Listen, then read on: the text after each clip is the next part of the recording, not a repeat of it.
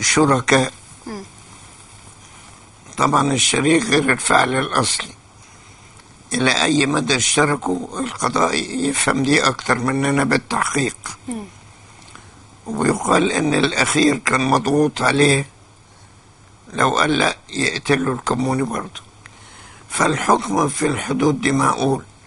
احنا مش عارفين هيحكم على الاتنين الباقيين ازاي، لكن الحكم على الكموني حكم عادل. هل ده بيطمئنك بعض الشيء إلى أن قضية الإسكندرية ستأخذ مجراها في القبض على الجناة وما إلى ذلك وباقي القضايا؟ أنا مش عايزة أقول أن صملوط قضية طائفية بصراحة، خلينا نشوف هيحصل إيه. عشان سمعت كلمته. طب شوفي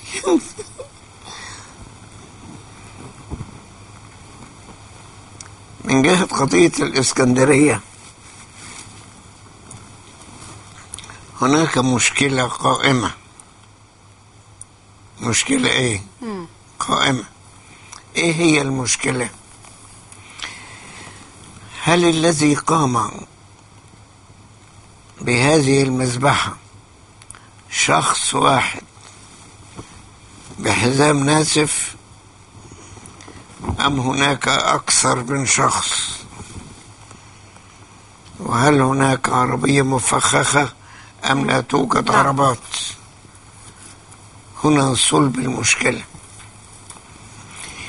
كثيرون يقولون إن الإصابات التي حدثت والقتل اللي حدثوا أكثر بكثير من قدرة حزام ناسف. لابد ان في عملية دخل فيها كمية ضخمة من الأسلحة الفاتكة، بارود غيره، ده أمر ما نعرفوش. لكن شخص واحد بحزام ناسف ما يقدرش يعمل كل ده. إذا كان مجرد شخص لابس حزام وتفرقع فيه وفي الناس وهو مات، إذا ما فيش متهم، لأن المتهم مات وخلصت الحكاية. المتهم مات، مفهوم، وخلصت الحكاية.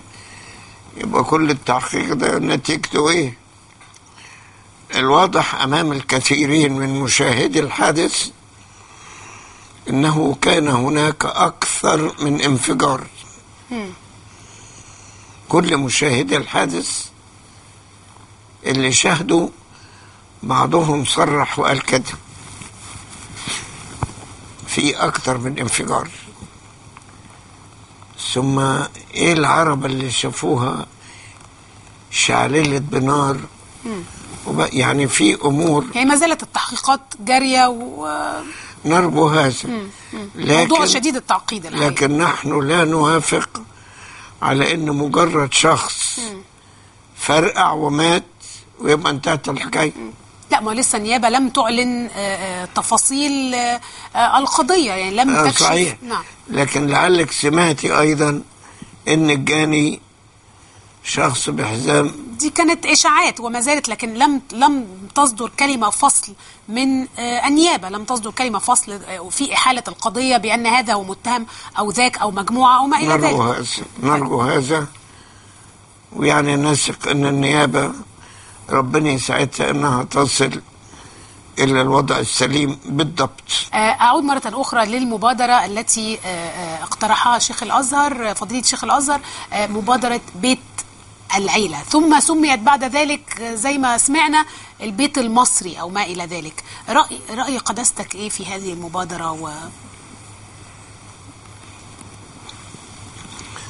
القصد طيب بلا شك. القصد طيب. نعم. كان مهم في التنفيذ. وقداستك بتشك في التنفيذ؟ لا، كلمة شك تعبير لا أقصده إطلاقا. لكن أنا بقول التنفيذ المنتج أو غير المنتج. يعني احنا دعينا إلى هذا الاجتماع وما رحناش. ليه قداسة البابا؟ معلش يا بنتي، اتفضل. نحن لا نعرف قواعد هذا الاجتماع ولا بنوده، ولا دعينا إلى اجتماع لا نعرف جدول الأعمال ولا إيه اللي هيحصل فيه. يعني في الأول نتفاهم على القاعدة وبعدين نتفاهم في التنفيذ. وما كانش عندكم رؤية واضحة أو لم تعرض عليكم رؤية واضحة حول قواعد يعني شكل هذه المبادرة؟